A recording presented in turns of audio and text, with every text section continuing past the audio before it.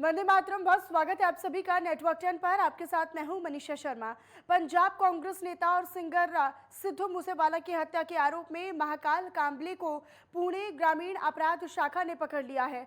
दरअसल सिद्धू मूसेवाला को गोली मारने वाले अपराधी संतोष जाधव को आश्रय देने के आरोप में महाकाल हीरामन कांबले को गिरफ्तार किया गया है। संतोष जाधव और महाकाल कांबले गैंगस्टर लॉरेंस बिश्नोई के शार्प शूटर हैं। वहीं महाकाल पर पुणे और राजस्थान में भी कई हत्याओं के मामले पहले से ही दर्ज हैं। वहीं आपको ये भी बताएं कि महाकाल कांबले को 12 दिन की पुलिस कस्टडी में भेजा गया है। तो सिद्धू मूसेवाला हत्याकांड में हर दिन नए खुलासे हो रहे हैं। उनमें से एक ये भी कि पुणे पुलिस ने अब कोर्ट में पेश किया है। अब आने वाले दिनों में क्या कुछ खुलासे वो करता है, वो देखना महत्वपूर्ण रहेगा।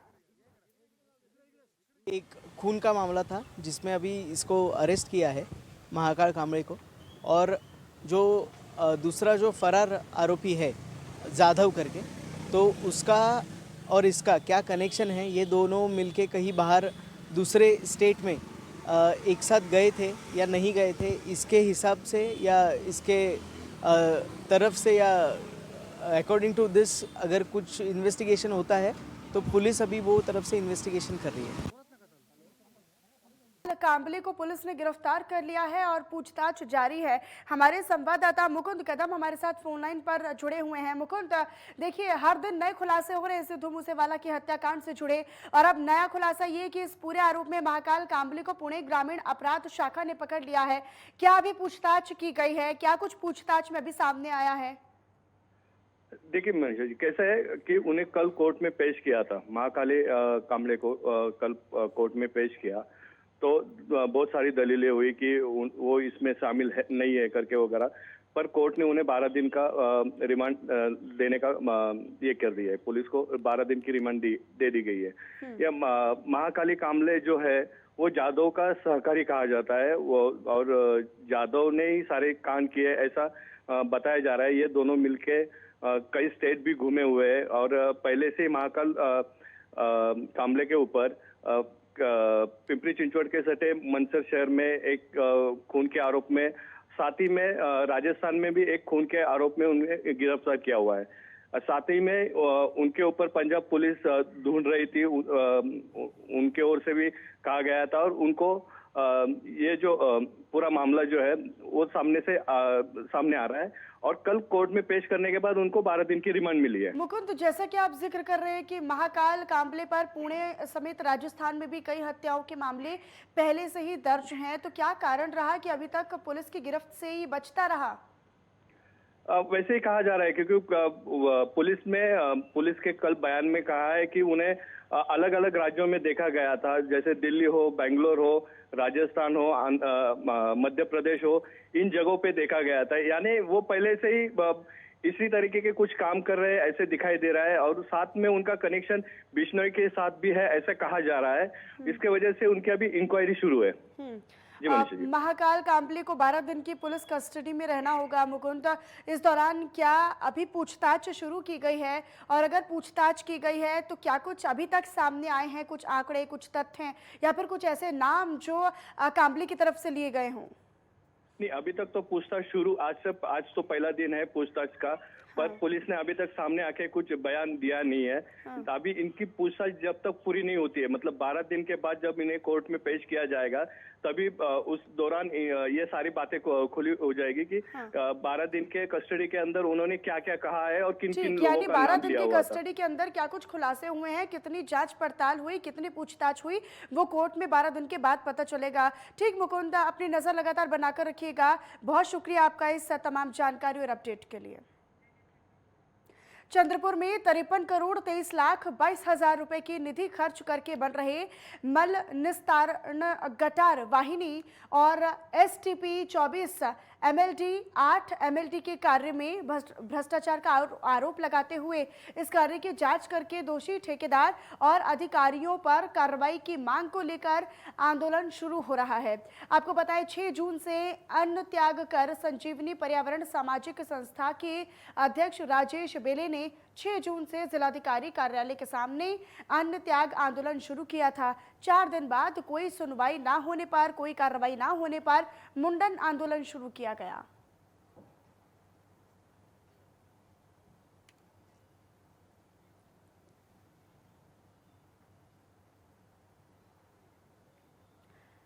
तो अन्न त्याग आंदोलन के चौथे दिन मुंडन आंदोलन की शुरुआत हुई है, क्योंकि अन्नदान आंदोलन 4 जून से शुरू हुआ था, लेकिन उस पर अभी तक कोई सुनवाई नहीं हुई, कोई कार्रवाई नहीं की गई, कोई जनप्रतिनिधि इनके बीच नहीं पहुंचा। लेकिन उसके बाद उसको देखते हुए कि जब कोई सुनवाई नहीं हो रही है, कोई जनप्रतिनिधि इनसे इनकी मांगों को लेकर नहीं सामने आ रहा है, तो मुंडन आंदोलन अब शुरू किया गया।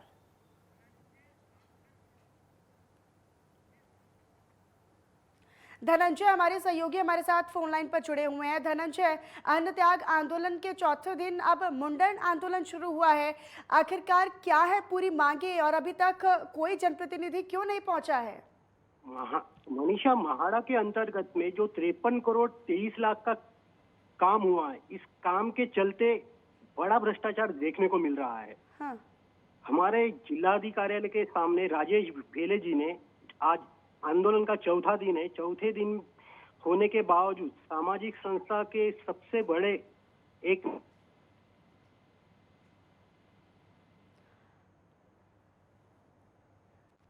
ठीक है धनंजय, लेकिन देखिए अब ये भी बड़ा सवाल है कि कोई जनप्रतिनिधि अगर बीच में नहीं पहुंचा है तो आने वाले दिनों में क्या आंदोलन को और तेज करने की बात भी कही जा रही है? उन्होंने कहा है अगर ये 2 दिन में फिर से कुछ नहीं हुआ तो और भी बड़ा आंदोलन उसके जरिए किया जा सकता है। ठीक धनंजय, बहुत शुक्रिया आपका इस जानकारी और अपडेट के लिए। अपनी नजर लगातार बनाकर रखिएगा। मुंबई के बांद्रा पश्चिम इलाके में एक 3 मंजिला इमारत गिर जाने से अफरा तफरी का माहौल हो गया और इस पूरे हादसे में एक शख्स की मौत हो गई है, साथ ही साथ 22 लोग गंभीर रूप से जख्मी भी हुए हैं। इसी दौरान सभी घायलों को अस्पताल में इलाज के लिए भर्ती करा दिया गया है। पुलिस के मुताबिक बिल्डिंग में रहने वाले सभी लोग बिहार के मजदूर बताए जा रहे हैं। आपको भी जानकारी दें कि ग्राउंड फ्लोर पर रहने वाले सभी लोगों को सुरक्षित निकाल लिया गया है। घटना में पहली मंजिल पर मौजूद 6 लोग घायल हो गए और दूसरी मंजिल पर कुल 17 लोग थे, जिनमें से एक शख्स की मौत हो गई है, जबकि 16 लोग घायल हैं। फिलहाल पुलिस मामले की जांच पड़ताल कर रही है।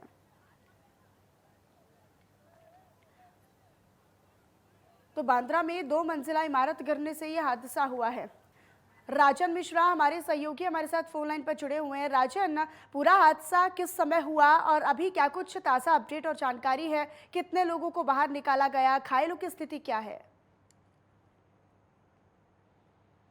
मुंबई के जो बांद्रा पश्चिम का जो इलाका है, यहाँ पर बाकायदा जो G+2 स्ट्रक्चर होता है, यानी कि 3 मंजिला का जो इमारत है वो गिर गया और पूरे इमारत गिरने की वजह से पूरा का जो माहौल है, मानो वहाँ पर अफरा तफरी लोगों में मच गया, लोगों में एक डर हो गया। और बताया जा रहा है कि उस पूरी घटना में एक व्यक्ति की मौत भी हो गई है, जो कि बिहार का रहने वाला बताया जा रहा है, और जबकि अभी भी 22 लोग पूरी घटना में घायल है और सभी लोग जो है वो बिहार के मजदूर हैं, जो दिहाड़ी मजदूर हैं, जो रोज कमाने खाने वाले लोग हैं। और जब पत्रकारों ने जब पुलिस से बातचीत की कि क्या वजह हो सकती है, तो अभी तक कोई अधिकारिक राजन, 3 मंजिला इमारत गिरी है, तो क्या ये इमारत निर्माणाधीन थी? क्या इसमें कार्य चल रहा था? चूंकि आप बता रहे हैं कि मजदूर इसमें शामिल थे और जो घायल हुए हैं वो भी बिहार के मजदूर हैं, यानी कि निर्माण किया जा रहा था इस इमारत का।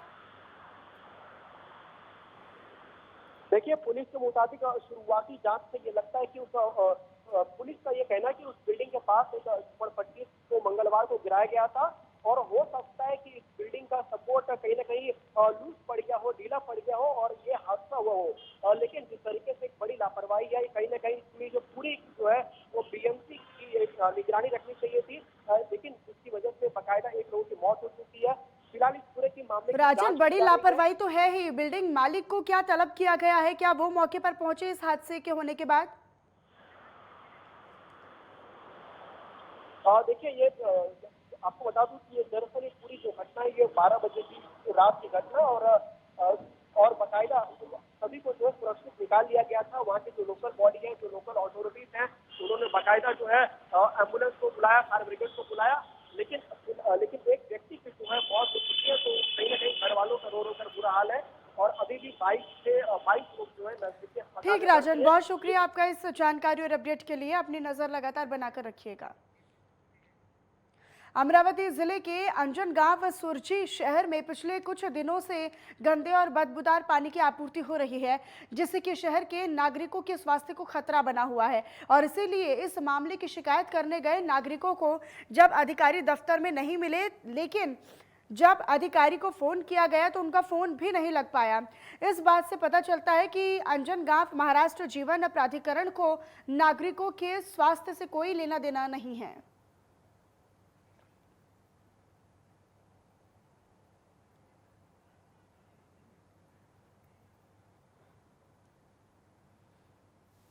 मेरा नाम सुनील उत्तमराव माकोड़े, मेरा रहना है शनिवारा पेट। पिछले कुछ दिनों से अंजनगांव सुरजी महाराष्ट्र जीवन प्राधिकरण की तरफ से बदबूदार और गंदा पानी छोड़ा जा रहा है। इस पानी की वजह से अंजनगांव सुरजी वासियों का जो आरोग्य है तो उस पर खतरा मंडरा रहा है। इस गंदे और बदबूदार पानी की वजह से सारा अंजनगांव सुरजी परेशान है। और जहाँ पे भी देखो यही बात चल रही है कि अंजनगांव सुरजी महाराष्ट्र जीवन प्राधिकरण। और हमारे सहयोगी अंजन साहा हमारे साथ फोन लाइन पर जुड़े हुए हैं। अंजन, देखिए गंदे पानी से लोग जावेद शाह हमारे साथ फोन लाइन पर, माफ कीजिएगा, हमारे साथ जुड़े हुए हैं हमारे संवाददाता। जावेद, गंदे पानी से न केवल जो इलाका है वो गंदा होता है, बल्कि लोगों को बीमारियों का खतरा भी बना रहता है। अभी तक क्या इसकी शिकायत की गई है, और अगर शिकायत की गई है तो अभी तक कार्रवाई क्यों नहीं हुई है?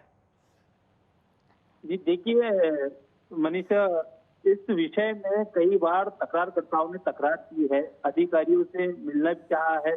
जीवन प्राधिकरण अंजनगांव सुरजी का जो ऑफिस है वहां पर भी तकरारकर्ता कई मरतबा गए हैं, निवेदन दिया है। जो वहां के अधिकारी है उन अधिकारियों से बात की है, लेकिन अभी तक इस विषय में अधिकारियों ने किसी भी प्रकार की कोई गंभीरता से ख्याल नहीं दिया है, जिससे साफ जाहिर होता है कि अधिकारियों को शहर के जो नागरिक है उनके स्वास्थ्य की उनको बिल्कुल फिक्र नहीं है, वो लापरवाही बरत रहे हैं। ऐसे में ऐसे अधिकारियों पर कार्रवाई की मांग नागरिकों द्वारा की जा रही है। हाँ, लेकिन देखिए जब दफ्तर में गए तो वहां पर अधिकारी मौजूद नहीं थे, उनका फोन किया गया तो उनका फोन नहीं मिल सका।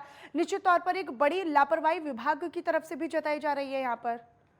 जी बिल्कुल, कभी भी उस ऑफिस में जाने के बाद में अधिकारी नादराज नजर आते हैं। हाँ। अधिकारी पूछे जाने पर बताया जाता है कि अधिकारी फील्ड पर है, फिर उनको जब फोन द्वारा कॉल करते हैं तो उनका मोबाइल नॉट रीचेबल दिखाई देता है। अब जबकि अधिकारी है, एक जिम्मेदार व्यक्ति है, तो एक जिम्मेदार व्यक्ति ने हमेशा नागरिकों के जो सहयोग है, जो सहायता उनको करना चाहिए, उसके लिए बिल्कुल, जो जिम्मेदार अधिकारी हैं, जो विभाग के लोग हैं जावेद, उन्हें तो लोगों के साथ सहयोग करना चाहिए। लेकिन ये जो तस्वीरें हम इस वक्त देख रहे हैं वो कहीं ना कहीं चिंता का विषय है और चिंता बढ़ा देने वाली तस्वीरें हैं। इतना गंदा और बदबूदार पानी जिससे लोग परेशान हैं और लोगों के स्वास्थ्य को भी खतरा बना हुआ है। ठीक जावेद, अपनी नज़र लगातार बनाकर रखिएगा, आगे भी आपसे जानकारी लेते रहेंगे। बहुत शुक्रिया आपका इस तमाम जानकारी के लिए जावेद। यहाँ पर रुक छोटे से ब्रेक के लिए आप बने रहिएगा नेटवर्क 10 के साथ।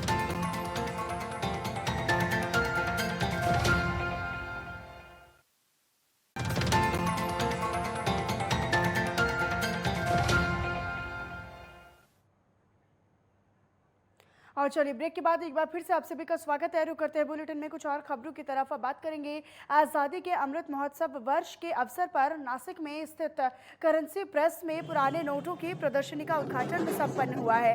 आपको बताते चले कि सांसद हेमंत गोडसे, प्रेस महामंडल की अध्यक्ष Tripti Patra Ghosh, currency note press के मुख्य महाप्रबंधक बोलेवार बाबू, एसपी के मुख्य महाप्रबंधक राजेश बंसल, सीएनपी के महाप्रबंधक वेंकटेश कुमार और प्रेस वर्कर्स यूनियन के महासचिव जगदीश गोडसे समेत कई महानुभाव मुख्य अतिथि के रूप में यहां पर मौजूद नजर आए। आपको ये भी जानकारी दें कि वैसे तो आमतौर पर ये छपाई कारखाना केंद्रीय वित्त मंत्रालय के अधिकार क्षेत्र में आता है और ये केंद्रीय सुरक्षा बल द्वारा संरक्षित किया जाता है, लेकिन यहाँ पर इतनी हाई सिक्योरिटी होती है कि यहाँ पर बगैर इजाज़त के परिंदा भी पर नहीं मार सकता, लेकिन इतिहास में पहली बार ये हो रहा है। यहाँ पर ऐसी प्रदर्शनी का आयोजन किया गया है कि इस प्रदर्शनी में यहाँ अंग्रेज़ों के ज़माने में छपे पहले नोट से लेकर अब तक के सभी नोट और उनके इतिहास के बारे में विस्तृत तौर पर जानकारी दी गई है। और इस प्रेस की एक और लंबी सबसे बड़ी उपलब्धि ये है कि ये देश का ऐसा इकलौता प्रेस है जहाँ पर देश के ई पासपोर्ट तक छापे जाते हैं। इस प्रदर्शनी में 1924 में छपे पहले नोट से लेकर अब तक के कई अनदेखे दुर्लभ नोट देखने को मिलेंगे।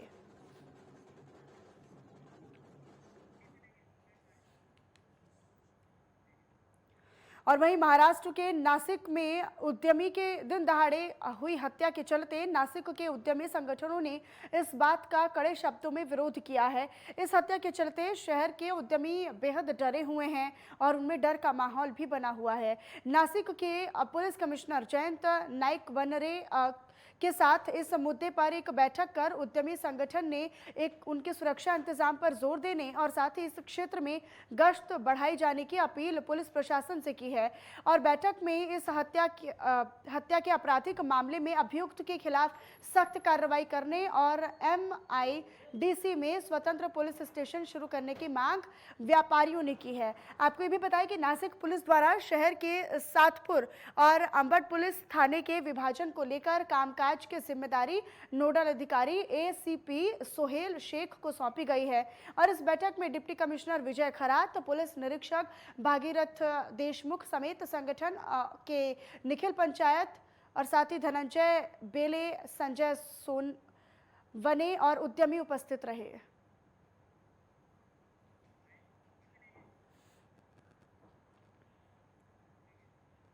और वहीं नासिक में दो अलग अलग युवकों पर धारदार हथियार से जानलेवा हमला हुआ। दरअसल ये दोनों घटनाएं अलग अलग जगहों पर घटी। डॉक्टर ओंकार पाटिल एम्बुलेंस का इंतजार कर रहे थे कि तभी बाइक पर सवार दो बदमाश आए और उन पर छुरी से हमला कर दिया। हमला करने के बाद आरोपी मोबाइल और नकदी छीनकर फरार हो गए। वहीं दूसरा मामला जय भवानी रोड का है, जहां पर दीपक पाइकराव के घर पर हमला हुआ है। घर में घुसे अज्ञात हमलावरों ने मारपीट करके सामान की तोड़फोड़ की और मौके से फरार हो गए।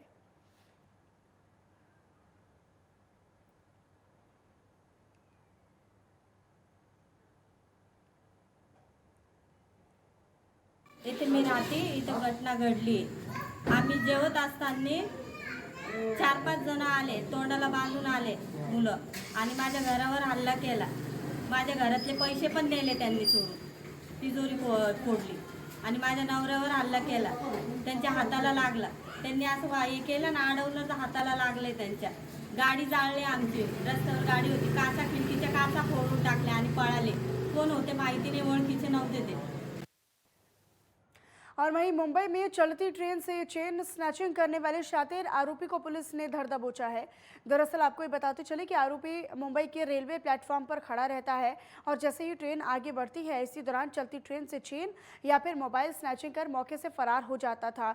सरकार की जानकारी के मुताबिक आपको बताया कि आरोपी बीती 31 मई को गोरेगांव रेलवे स्टेशन पर चलती ट्रेन से एक यात्री का चेन छीनकर भाग गया था और जिसके बाद पीड़ित की तहरीर पर पुलिस आरोपी की तलाश में जुटी हुई थी, जिसके तहत पुलिस ने आरोपी को अब गिरफ्तार कर लिया है। साथ ही साथ पुलिस ने ये भी जानकारी देते हुए बताया कि आरोपी नाबालिग है। फिलहाल पुलिस मामले की जांच पड़ताल कर रही है।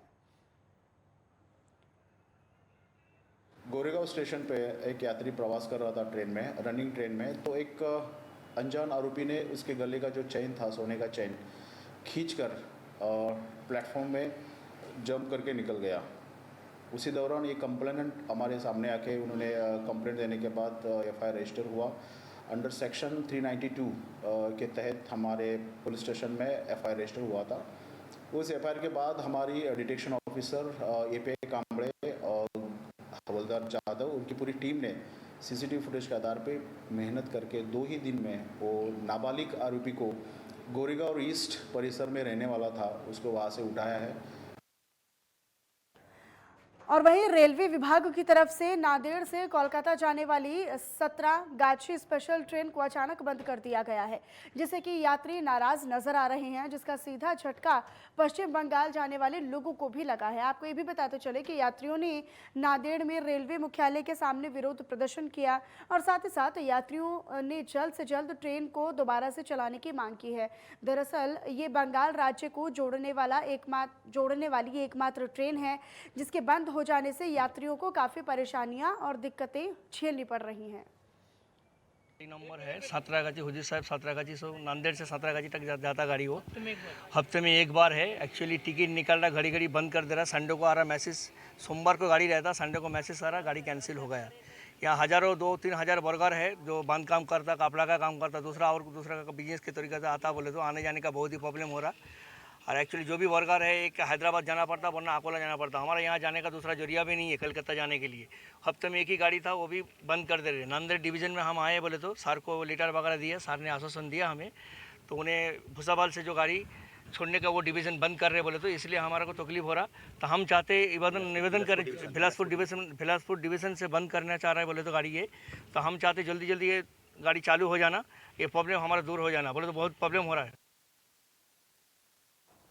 महाराष्ट्र के गढ़चिरौली के पुलिस मुख्यालय में महिला महारोजगार कार्यक्रम का आयोजन रखा गया और इस कार्यक्रम में आदिवासी महिलाओं ने शिरकत की। वहीं 57 आदिवासी महिलाओं को सुप्रिया सुले ने सिलाई मशीनें बांटी और लघु उद्योग के लिए प्रेरित किया गया। वहीं दूसरी ओर लघु उद्योग का महिलाओं को कोर्स भी कराया गया, जिसके बाद उन्हें प्रमाण पत्र भी बांटे गए।